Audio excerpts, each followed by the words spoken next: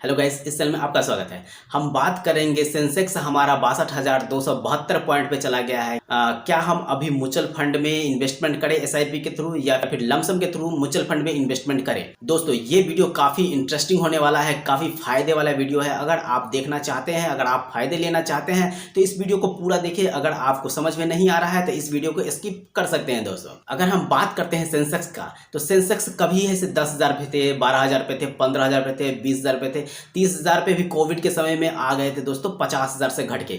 और आज आप देख रहे हैं सेंसेक्स 62,000 के पार हो चुके हैं। तो क्या हमारे लिए म्यूचुअल फंड में इन्वेस्टमेंट करना सही रहेगा या फिर म्यूचुअल फंड में इन्वेस्टमेंट करना हमारे लिए बेवकूफ़ी है? चलिए हम बातें करते हैं कि हम शेयर मार्केट में भी इन्वेस्टमेंट कर सकते हैं अगर हमारे पास नॉलेज है शेयर मार्केट का तो। अदरवाइज हम म्यूचुअल फंड के थ्रू ही कुछ कम परसेंटेज ग्रोथ पे हम अच्छे रिटर्न कमा सकते हैं। रिस्क कम होगा, हम कभी फॉलोअप नहीं करेंगे, सिर्फ हमें इन्वेस्टमेंट करते रहना है लंबे समय के लिए। अगर आप एसआईपी के थ्रू इन्वेस्टमेंट करते हैं तो अगर आप लमसम के थ्रू इन्वेस्टमेंट करते हैं तो एक बार इन्वेस्टमेंट कर आप निश्चिंत हो जाएं और करोड़ों का फंड दोस्तों वो तैयार हो जाएगा 25 सालों में।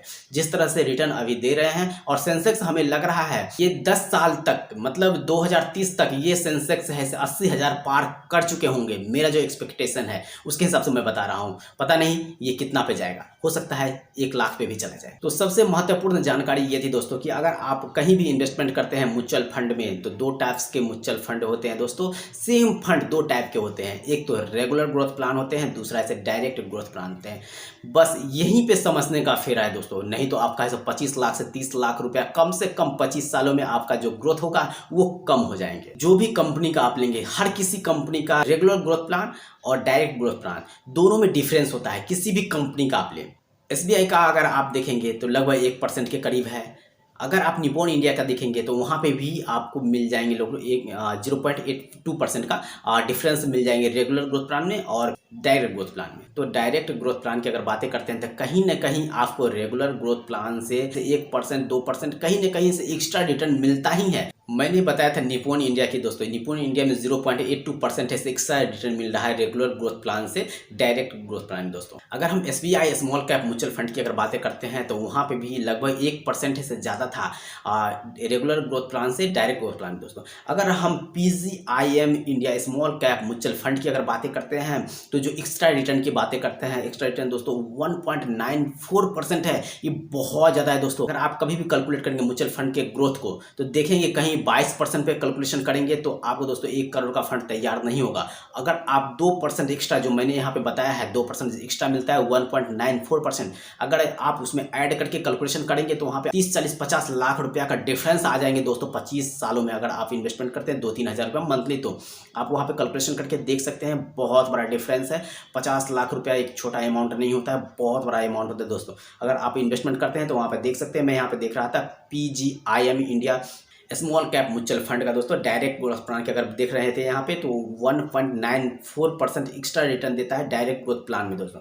और इसका जो अगर हम लॉन्च की अगर बातें करते हैं तो ये रिसेंट में ही लॉन्च हुआ है दोस्तों। जुलाई 29 और 2021 में ये फंड ऐसे लॉन्च किया गया था। वेरी हाई रिस्क वाला फंड है और जो एक्सपेंस रेशियो है बहुत ही कम है, 0.16% दोस्तों। कैटेगरी वाइज अलग अलग होते रहता है। अगर पीजीआईएम या स्मॉल कैप का देखेंगे फिर डायरेक्ट ग्रोथ प्लान या फिर रेगुलर ग्रोथ प्लान, सबका अलग अलग होता है। एक्सपेंस रेशियो का ही लोचा होता है दोस्तों। यहाँ पे ओपन एंडेड फंड है, 2132.30 करोड़ का ये फंड साइज है। इसका 5,000 रुपया से इन्वेस्टमेंट कर सकते हैं, 1,000 रुपया एडिशनल इन्वेस्टमेंट कर सकते हैं। 1,000 रुपया से आप एसआईपी स्टार्ट कर सकते हैं। मिनिमम विड्रॉल जो है वो भी आपको 1,000 रुपया मिलेंगे। अगर आप 90 डेज के अंदर अपने पैसे को विड्रॉल करते हैं तो 0.5% का आपको एडिशनल चार्ज लगेंगे, जिसे हम बोलते हैं एग्जिट लोड। रिटर्न इसका काफ़ी कम है। अगर हम देखते हैं जब से लॉन्च हुआ है, अगर उस समय से देखते हैं निफ्टी 250 में इसका, small cap 250 total return index में इसका इन्वेस्टमेंट किया गया है और 11.09% का ही रिटर्न दिया है। तो अगर आप यहाँ पे इन्वेस्टमेंट करते हैं लंबे समय के लिए, हो सकता है कि अगर ये फ्यूचर में रिटर्न दे 20%, 22%, 25% रिटर्न देता है तो आपको करोड़ का फंड तैयार हो जाएगा। अदरवाइज दोस्तों 11.09% में आपका 1 करोड़ का फंड तैयार नहीं होने वाला है। अगर 25 सालों के लिए कैलकुलेट करते हैं और छोटा सा अमाउंट से शुरू करते हैं तो हाँ, अगर आप 10,000 रुपया मंथली इन्वेस्टमेंट से शुरू करते हैं और आप अगर 25 सालों के लिए करते हैं तो 11.09% पे आपका हो सकता है कि 1 करोड़ का फंड तैयार हो जाए। अगर कैलकुलेशन अगर आप डिमांड करते हैं कि कैलकुलेशन वीडियो भी हमें इसका चाहिए तो मैं एक वीडियो में इसका कैलकुलेशन करके बताऊंगा पिज़्ज़ा इंडिया स्मॉल कैप का क्या रिटर्न है फ्यूचर में। इसके मैं जो रिटर्न दे रहा है उसी के अकॉर्डिंग मैं बताता हूँ इस वीडियो में। फ्यूचर में अगर 11.09% का रिटर्न देगा तो 1 करोड़ का फंड तैयार होगा या नहीं होगा, उस पर अगर वीडियो अगर आप चाहते हैं तो मैं उस पर कैलकुलेशन वीडियो एक बना दूंगा, आप कमेंट्स करें। अदरवाइज दोस्तों ये काफ़ी है कि 11% बहुत ही कम है, तो इसमें अगर हम इन्वेस्टमेंट करना चाहते हैं तो हो सकता है कि फ्यूचर में अगर रिटर्न अच्छा दे तो हमारा 1 करोड़ का फंड तैयार होगा, अदरवाइज नहीं होगा। तो आप सोच सकते हैं कि इन्वेस्टमेंट करना है या फिर नहीं करना है इस फंड में इन्वेस्टमेंट। ध्यान रहे कि रेगुलर ग्रोथ प्लान और डायरेक्ट ग्रोथ प्लान दोनों में डिफरेंस है हर कंपनी में दोस्तों। 0.82% या फिर 1.2% या फिर 1.94% का डिफरेंस है।